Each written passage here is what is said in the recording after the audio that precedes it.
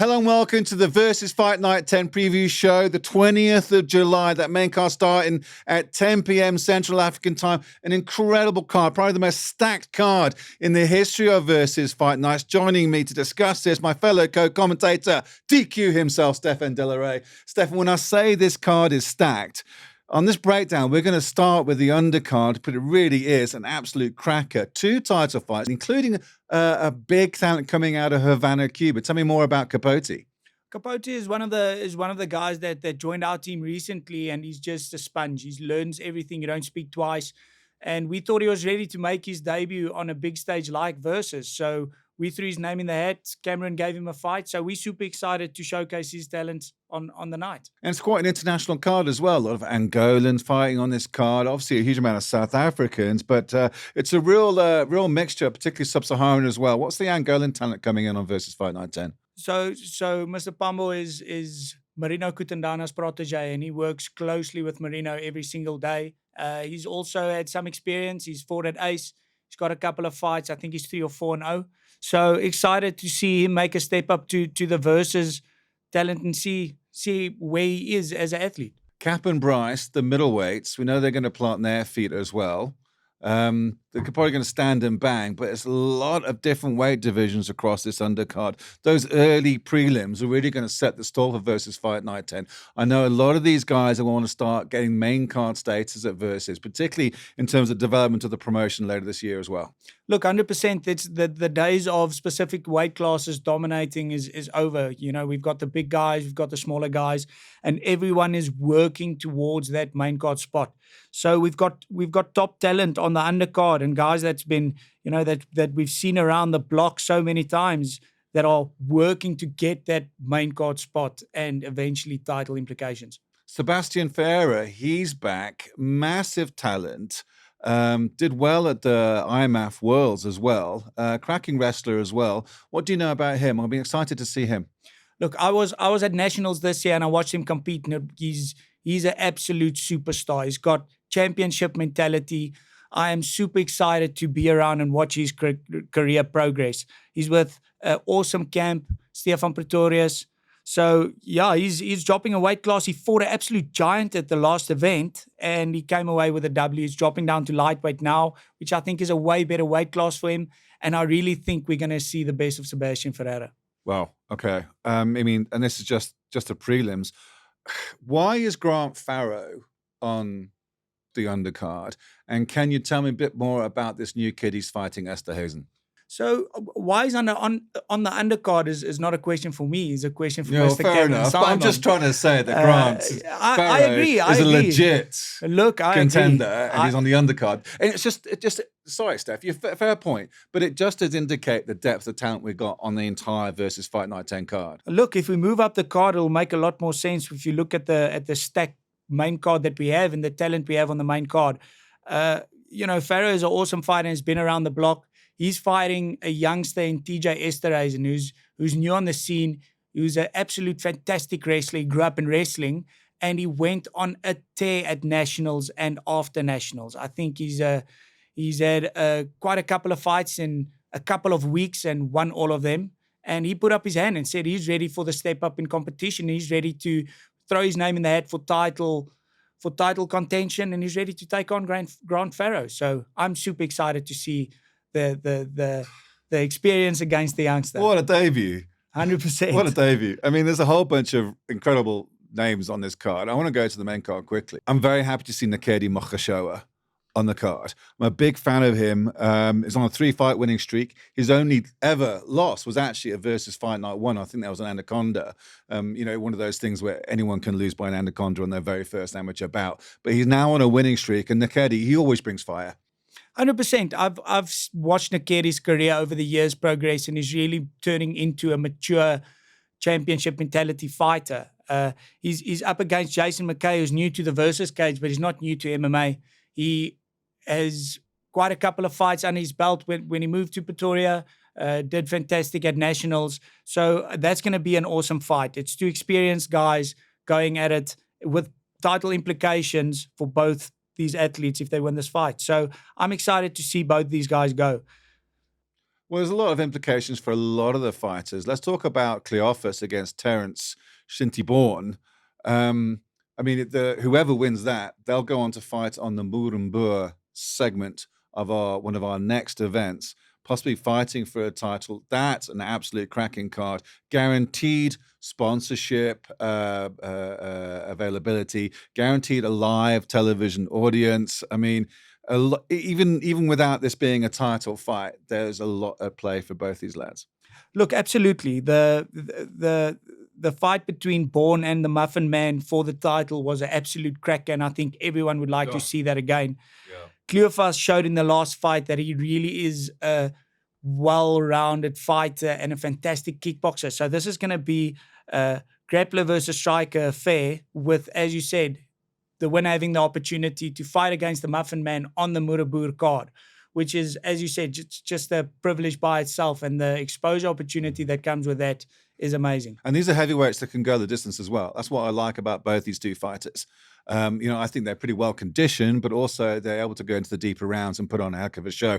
Always looking for the knockout. Good scramble as well for heavyweights. They move pretty darn quick, but prepared to put on a war. A dubious honor to be facing Neil Cock, I've got to be honest with you, but it is an incredible opportunity for Versus to fight on in front of a live TV audience, as well as a stacked audience as well at the Halfelt Arena. No, absolutely. I think that's the goal for most of these guys, is to impress the boss, so they have the opportunity to fight on that card. On the 14th of September on the Murabur event, which will be on VR, and there's a whole series around the event. I think that's the opportunity that all these athletes are trying to prove that they're worthy for. Co-main event, the Bantamweight title between two absolute beasts. First, you got Tapela Siabi riding a 6-fight winning streak. And this kid's put everyone away. So many first-round rear naked chokes on his record. But then you look at Jungula, he's only fought top dudes. I mean, he beat Nicholas Vermaak. I mean, these are the two best amateur bantamweights in Africa fighting for a title.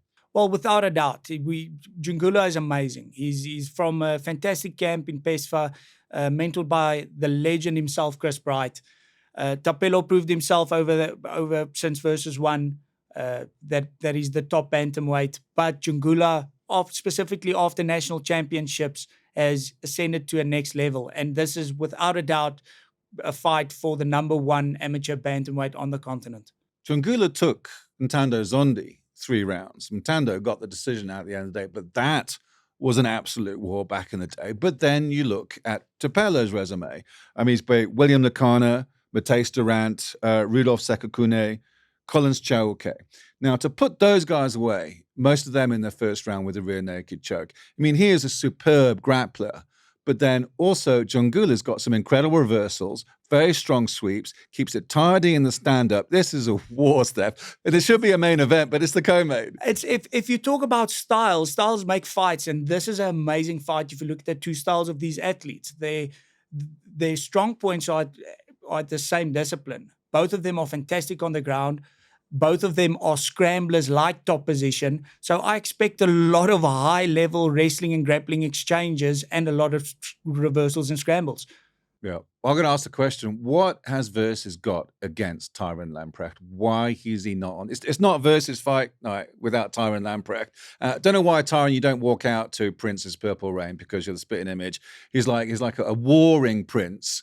But I'm sure you're not answerable because you're not the matchmaker. You used to be back in the day, but you're not anymore. But I just want to put out lamps that I'm a big fan and I expect more from you than versus Fight Night 11. Yeah, no, he'll be back definitely. He's looking to come back to title conversation soon. So he'll be back soon. Let's get to the elephant in the room. It's the main event. I think it's the lightweight title fight between the current champion, Kanya Makam, from PESFA, taken on Abel Koza. I mean, Abel undefeated in Versus on a 3-fight winning streak, coming off a cracking first-round TKO or KO, if I remember.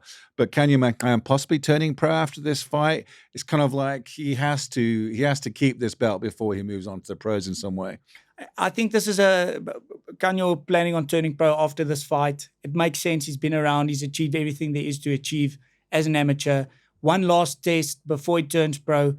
Abel Koza. Abel is extremely experienced. He's been around the game forever, and he is so calm and loves to fight. So there's no better test to see if you're ready for the next level of MMA than Abel Corza. I'm super excited. I think it's going to be an absolute cracker, and it's going to be fireworks in that main event. I think the thing with Kanye, though, is that he kind of bucks the trend with everyone. And it's a stereotype that people have fallen into the past where any guy from PESFA or working under Chris Bright can't get it done with the fists. Kanye McCam is pretty much of a beast. Look, talk to me in terms of his stand-up when you analyze him. I like the kid's stand-up as well as much as his ground. Absolutely, especially if you look at how his stand-up has evolved since his first fight in Versus until his last. His stand-up is as good as any other amateur athlete out there, and he can hang with anyone on the feet. Abel, coming from a kickboxing background and a striking gym, I think he's going to have a lot to deal with in Abel, and that's going to really test where his stand-up is. We've seen it progress, and we've seen it on another level. It's going to be tested with Abel. He's got the wrestling and the grappling in the back pocket, but it's also not just a walkover. Abel is a well-rounded guy. Yeah. So he's really going to have to prove on every discipline that he's going to have to keep it tight, that he's better than the other guy. Similar story, perhaps, when Kanye won the title, beating Donald Mabusela with a second-round rear naked, was able to hang with Donald in the stand-up as well. Like you said, both very well-rounded fighters, a lot on the line. It is the title. It is the main event at a seminal versus Fight Night 10 event. I mean, these kids are going to start swinging. I can't see it going the distance. Well, both of them have exciting styles. Kanye is not one of those grapplers that lays on you for 3 rounds and grinds out a decision. He looks to get the finish, whether it be on the feet or on the ground.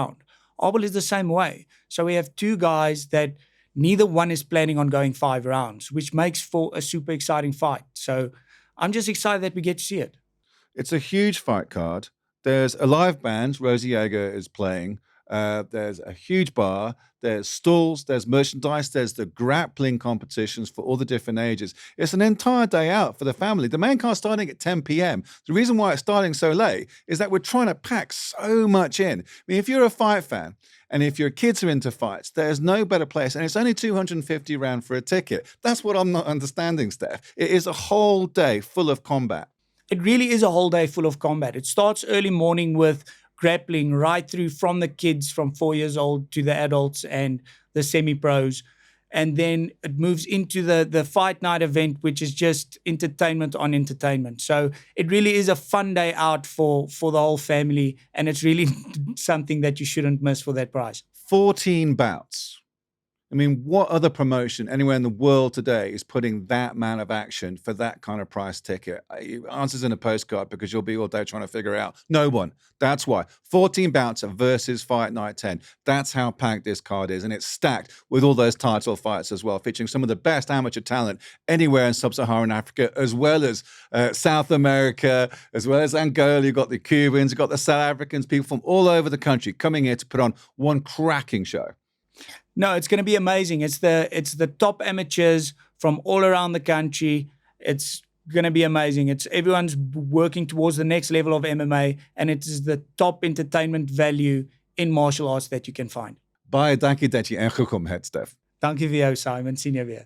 So we'll see you versus Fight Night 10, the 20th of July at Heartfelt Arena in Pretoria. Check out all the information at versusmma.com. It's going to be an absolute cracker. Thanks for watching. Cheers for now.